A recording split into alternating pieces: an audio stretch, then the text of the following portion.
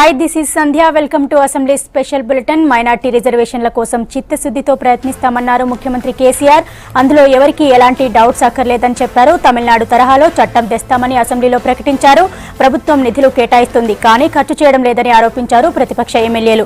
Residential స్కూళ్ల ఏర్పాటులో ఆలస్యం జరుగుతుందన్నారు.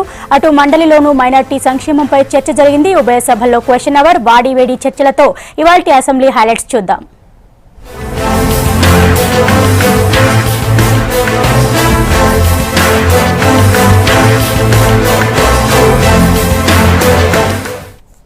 మైనార్టీల సంక్షేమానికి కట్టుబడి ఉన్నామన్నారు ముఖ్యమంత్రి కేసీఆర్. గతంలో ఏ ప్రభుత్వాలు ఖర్చు చేయనని నిధులను ఖర్చు పెడుతున్నట్లు తెలిపారు.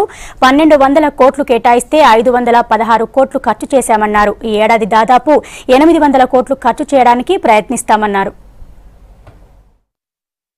ఈ రోజు ఉన్నటువంటి కేంద్ర ప్రభుత్వం కూడా మనం ప్రతిపాదనలు పంపించినాం. అన్ని డిపార్ట్మెంట్లకు పంపించినట్టే పంపిస్తే ఒక 7 పాఠశాలలు నిర్మించేదానికి 75 కోట్ల రూపాయలు శాంక్షన్ చేసినారు అధ్యక్ష. మొత్తం స్కీమ్ 125 కోట్లు అయితే అందులో ఒక 50 కోట్లు రాష్ట్ర ప్రభుత్వం, 75 కోట్లు కేంద్ర ప్రభుత్వం నుంచి మనకు మంజూరైంది. సెంట్రల్ గవర్నమెంట్ కూడా ఈ మైనార్టీ పాఠశాలల విషయంలో కంట్రిబ్యూట్ చేస్తా ఉంది. మంచి పరిణామం, చాలా మంచిది. మనం మొత్తం ఆంధ్రప్రదేశ్, కంబైన్డ్ ఆంధ్రప్రదేశ్ చరిత్రలో ఇలా ఒక్క తెలంగాణ రాష్ట్రంలో అధ్యక్ష, ఇది ఆంధ్రప్రదేశ్ కోసం కాదు, ఖర్చు అయినంత డబ్బు కూడా మీరు ఏనాడు బడ్జెట్ పెట్టలేస్తారు. ఇలా ఈ ప్రభుత్వం ఖర్చు అయినంత డబ్బు ఒక్క తెలంగాణ పాత 10 జిల్లాలు అనుకుంటే గత ఉమ్మడి ఆంధ్రప్రదేశ్లో అంతర్భాగంగా ఉన్న తెలంగాణ రీజన్లో, ఈనాడు తెలంగాణ రాష్ట్రంలో ఖర్చు అయినటువంటి డబ్బు ఏ ఒక్కరోజు కూడా మీరు బడ్జెట్ పెట్టలే. అంత బడ్జెటే పెట్టలేదు మొత్తం ఆంధ్రప్రదేశ్, తెలంగాణ కాదు.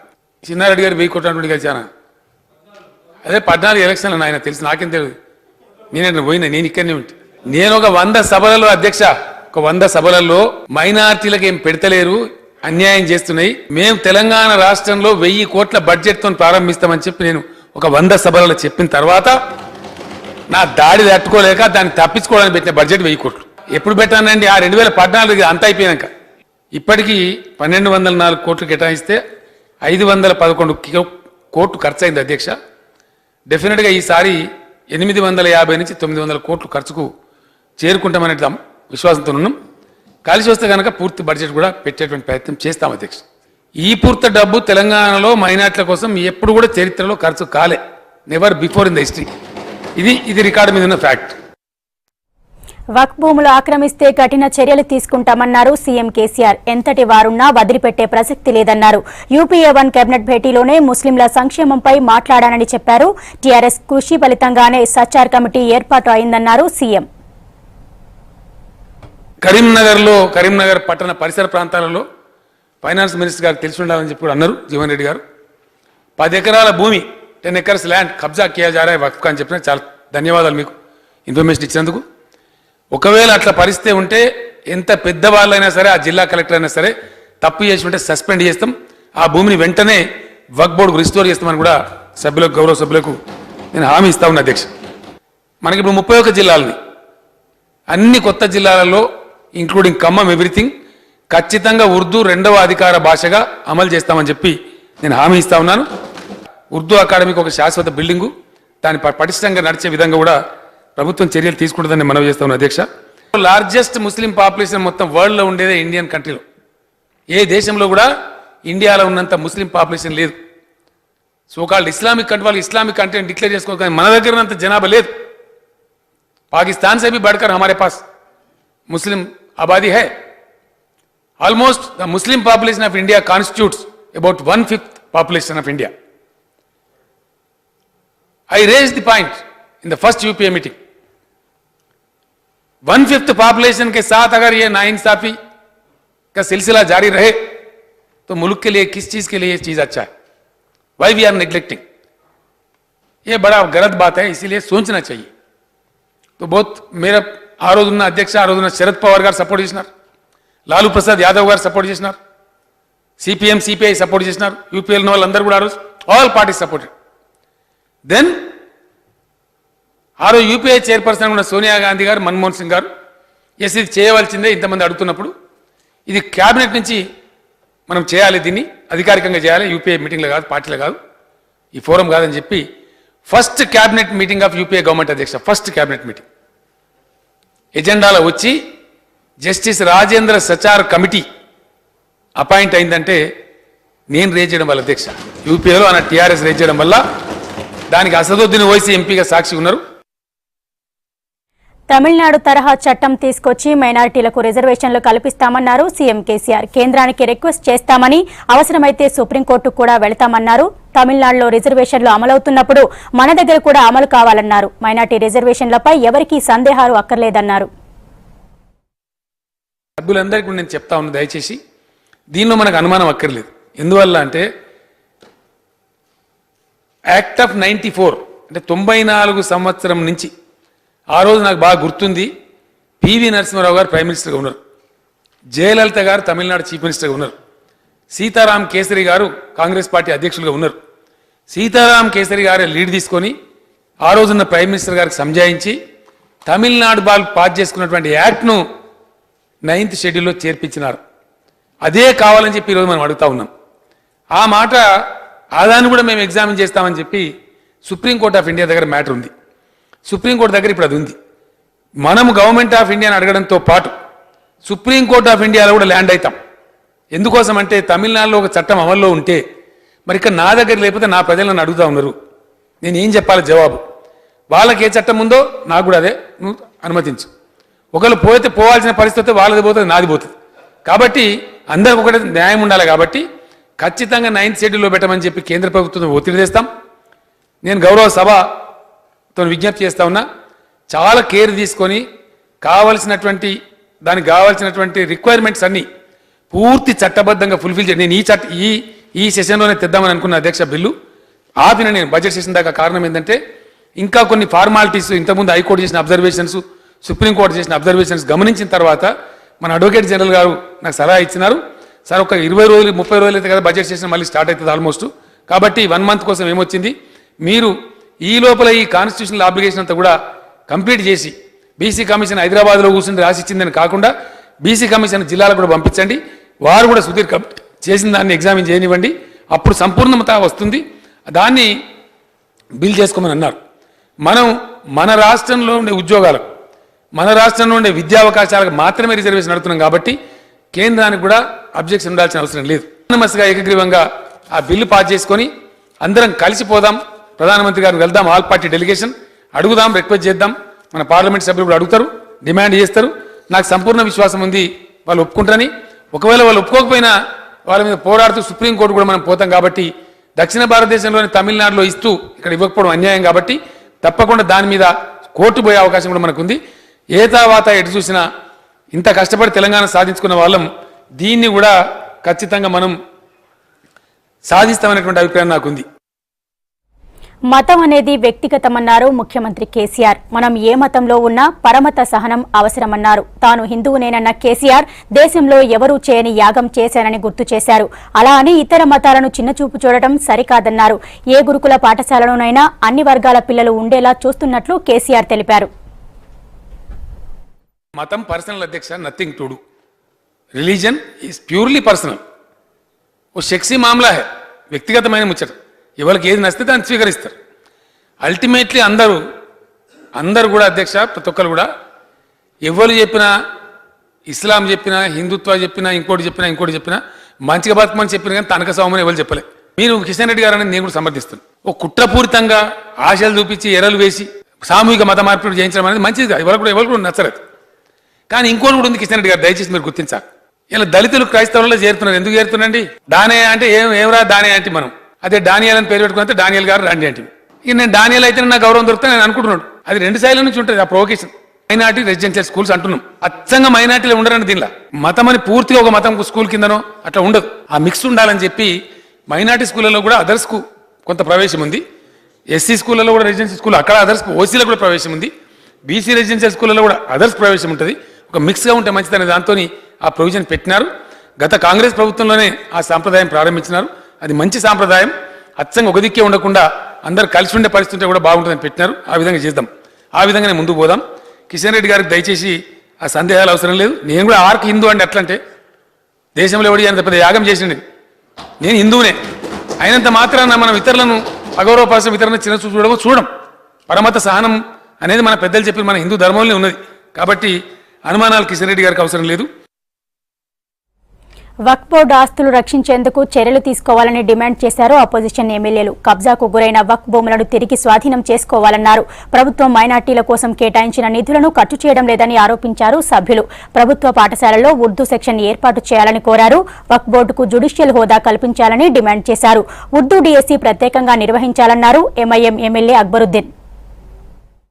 ఉర్దూ అకాడమీకి సంబంధించి మరి అందులో పనిచేస్తున్నటువంటి ఒక ఉద్యోగస్తులు రెగ్యులైజ్ చేయడంతో పాటుగా దీన్ని పూర్తి స్థాయి లోపల ఉర్దూ అకాడమీ కమిటీ ఏర్పాటు చేస్తే బాగుంటుంది అనేటువంటి ఒక అభిప్రాయాన్ని కూడా నేను వ్యక్తం చేస్తున్న అధ్యక్ష. వీళ్ళ రాష్ట్రంలో ఏదైతుందో కోట్లాది విలువైనటువంటి ఒక వక్ఫ్ ఆస్తులు గతంలో కొంత అన్యాక్రాంతమైనవి కాదనటం లేదు. ఇవాళ గతంలో అన్యాక్రాంతమైనటువంటి ఒక భూములను తిరిగి మరి వక్ఫ్ అధీనంలోకి తీసుకురావటం ఒక అంశం. రెండోది ఏదైతుందో మరి ఇతరత్ర దురాక్రమణ కాకుండా వాటిని కాపాడడం కూడా ఇంకో అంశం అని చెప్పి అంటాను. వీళ్ళ నిధులు కేటాయింపు చాలా సంతోషం, చాలా బాగున్నాయి. కానీ ఖర్చుకు వచ్చే వరకు ఏదైతుందో కనీసం 50% ఖర్చు పెట్టడం లేదు అధ్యక్ష అని చెప్పి అంటుంది. వీళ్ళ ఉదయం గౌరవ ఆర్థిక శాఖ మంత్రులు ఏదైతుందో సభలో ఇచ్చిన నివేదికకు అనుగుణంగా చెప్తున్న అధ్యక్ష అని చెప్పి అంటున్నాను.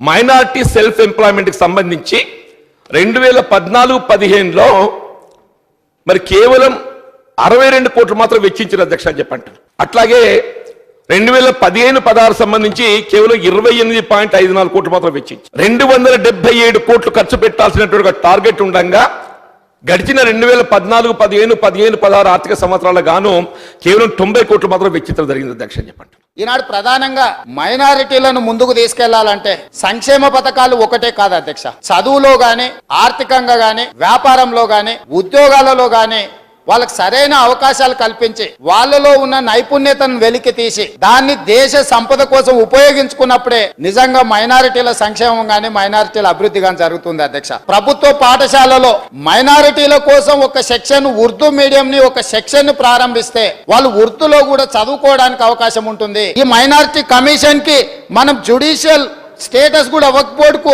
Judicial status ఇస్తామన్నాం. ఇంతవరకు ఇవ్వలేదు కాబట్టి దానికి జ్యుడిషియల్ స్టేటస్ ఇవ్వాల్సిందిగా రాష్ట్ర ప్రభుత్వాన్ని అడుగుతున్న అధ్యక్ష. सबसे पहले जो फलकनुमा जूनियर कॉलेज का मैंने जिक्र किया, इसकी मंजूरी अगर आप दे दें तो बड़ी मेहरबानी होगी. फिर उसके साथ ही साथ अनीसुल गुरबा के लिए भी 21 करोड़ का एस्टीमेट बना है, इसके लिए भी मैं आपसे दरखास्त करूंगा.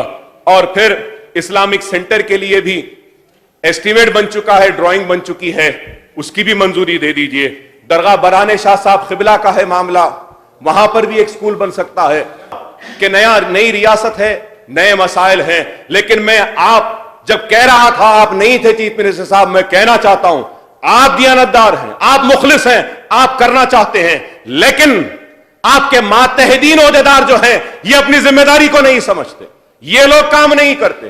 आपने बजट में 8 करोड़ रुपया मक्का मस्जिद के लिए दिया था. वहां मक्का मस्जिद में पानी टपक रहा है, जानेमाजें गीली हो रही हैं, कैमरास नहीं चल रहे हैं.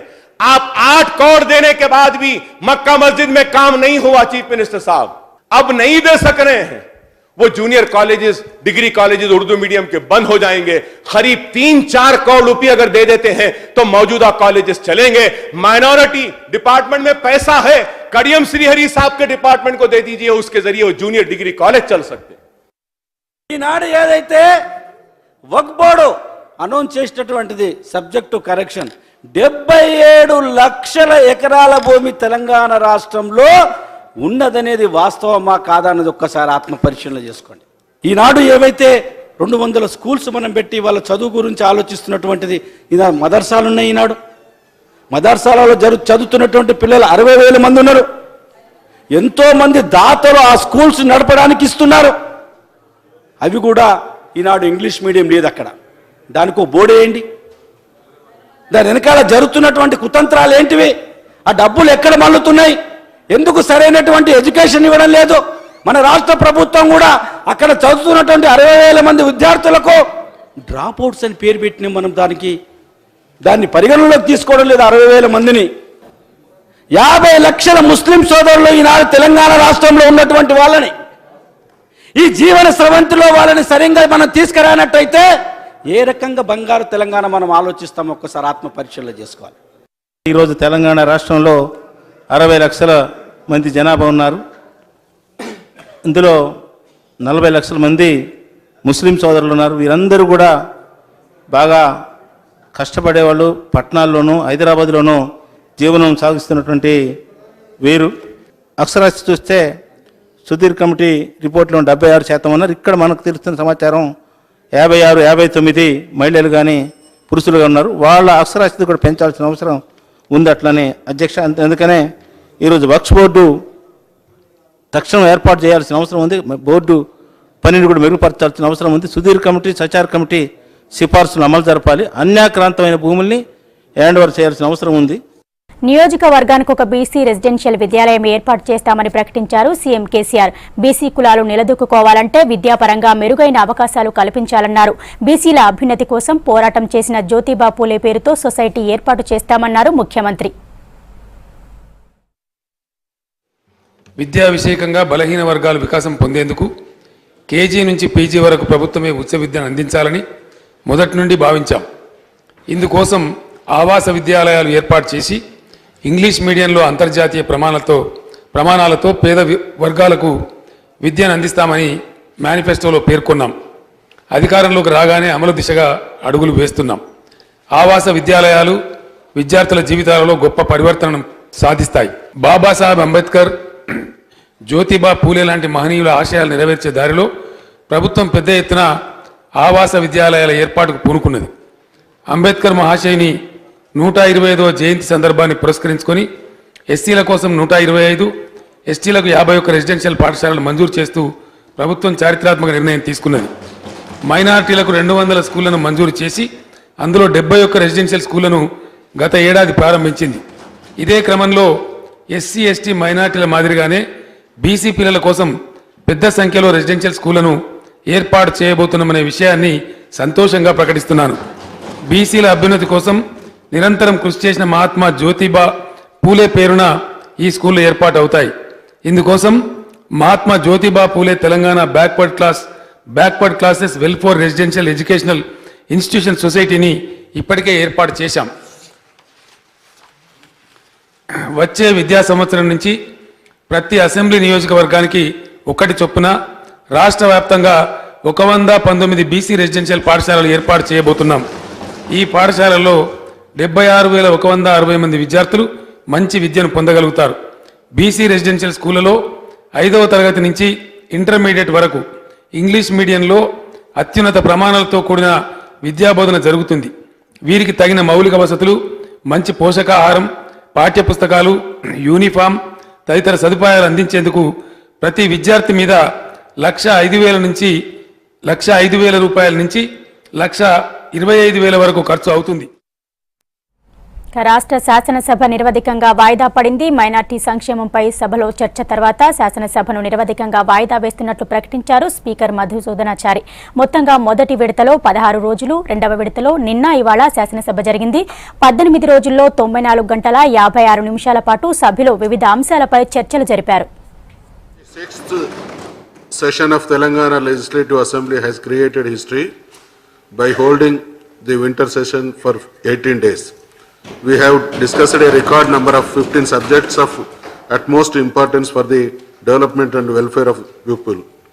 This has become possible only with the cooperation of all the members and the government. I sincerely thank the Honorable Chief Minister, ministers, floor leaders and members for their support and cooperation extended in running the House.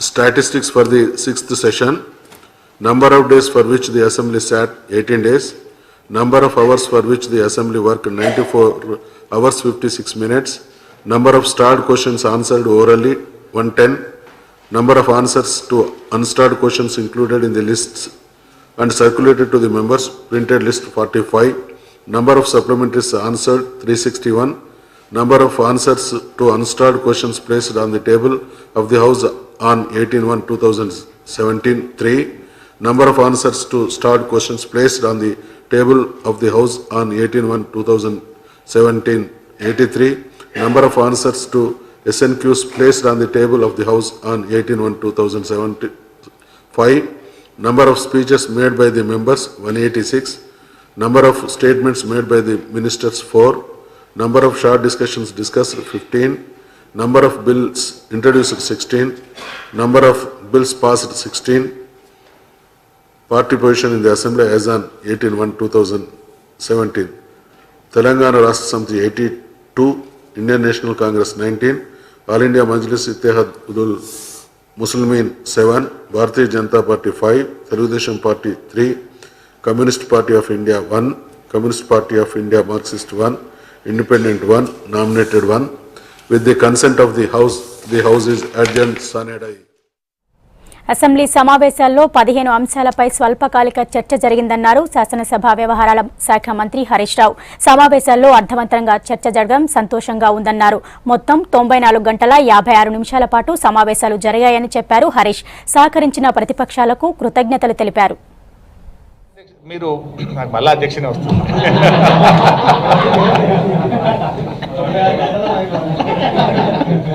94 గంటలు 95 గంటలు 94 గంటల 56 నిమిషాలు అంటే 95 hours నడిచింది సభ.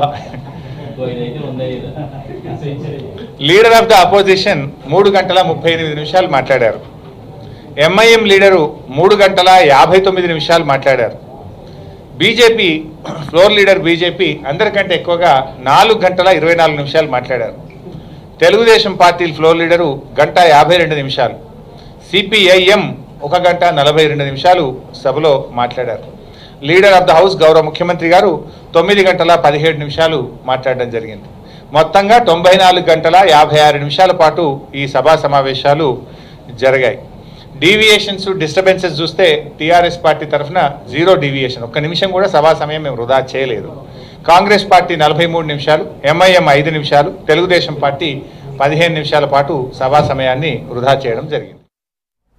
DSC నిర్వహణపై అసెంబ్లీలో వాడివేడి చర్చ జరిగింది. 2.5 ఏళ్లుగా డిఎస్సి నిర్వహించకపోవడంపై ఉపాధ్యాయ పోస్టుల భర్తీ కాలేదన్నారు. డిఎస్సి నిర్వహణ, ఏకీకృత సర్వీస్ రూల్స్, జోనల్ నియామకాలు, ప్రమోషన్లపై సభ్యుల ప్రశ్నలకు క్లారిటీ ఇచ్చారు డిప్యూటీ సీఎం కడియం శ్రీహరి. 98 నుంచి 2012 వరకు డిఎస్సి అభ్యర్థులకు సంబంధించిన సమస్యలను పరిష్కరిస్తామన్నారు మంత్రి. గత 2.5 సంవత్సరాలుగా ఈ రాష్ట్రంలో డిఎస్సి నిర్వహించకపోవడం, టీచర్ల ఖాళీల భర్తీ చేయకపోవడం వల్ల నాణ్యమైన విద్య నోచుకోకపోతున్నాం అధ్యక్ష.